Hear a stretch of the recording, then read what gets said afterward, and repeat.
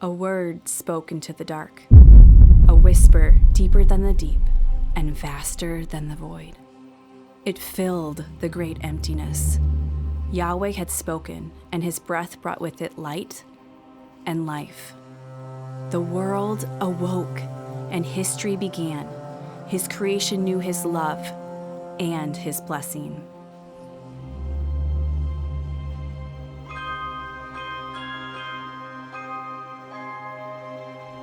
The breath of the word filled their lungs, and yet that first pair turned away and disobeyed. They turned from life, from love, from God.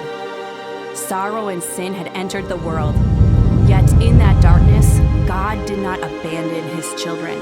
He spoke to them. He led them. Abraham heard his words, as did his descendants. Jacob wrestled with him. David sang to him, and Solomon built him his temple.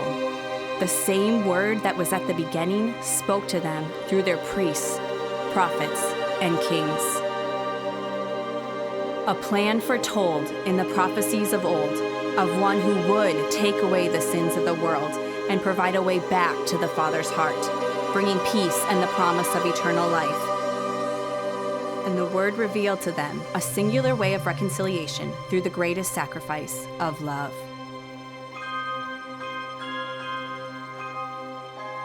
But what lamb of sacrifice might ever cover the stain of rebellion?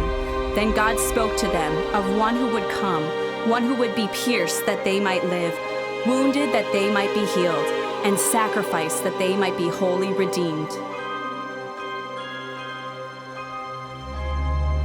And so they waited, knowing their own efforts and sacrifices could never fully cleanse them of their sin. Still they watched and hoped, longing for the day of his coming, longing for the promise of the one who would save them.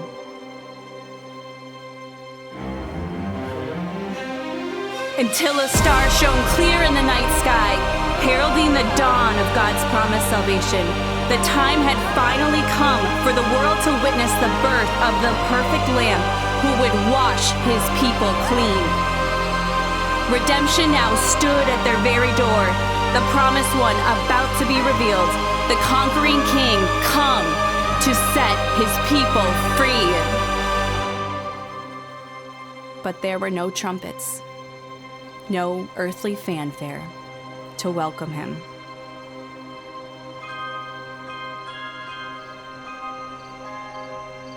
Amidst the silence of that most sacred night, before the manger, before the cross, before the empty tomb, the depth of God's love was revealed, and heaven held its breath, listening, waiting for their King to shine in the dark.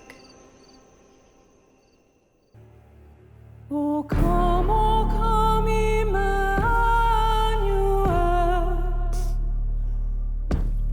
and ransom captive Israel, that mourns in lonely exile here,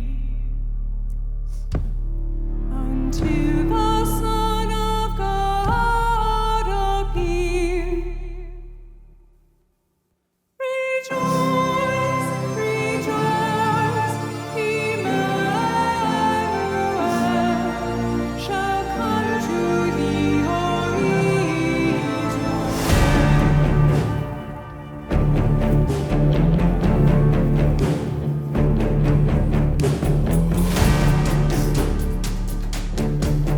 Israel. We are waiting for Messiah to come. God spoke to us through our forefathers and prophets. He guided us with judges and kings. Our history is rich with God's provision and protection. It's also filled with our disobedience and self-reliance. But Yahweh did not give up on us. He gave us his law and prescribed how we should live and follow him. But we stumbled in our faith time and time again. And now we are living in oppression under Roman rule. We need our Messiah to save us and lead us. You told us a Messiah would come. Where are you?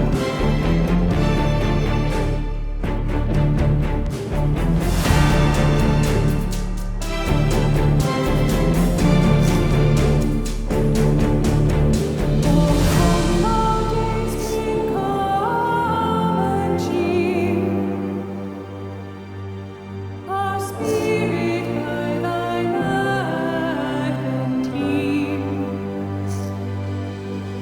Disperse the gloomy clouds of night, and as dark shadows put to flight. It has been 400 years since you spoke through the prophet Micah. Bethlehem, although you are small among the clans of Judah, out of you will come for me one who will be ruler over Israel, whose origins are from ancient times. And Israel will be abandoned till the time when she who is in labor bears a son. He will stand in the strength of he will shepherd his flocks in the strength of the Lord. In the majesty of the name of the Lord his God.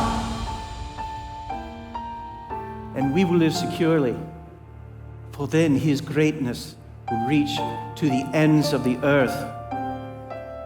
I am waiting.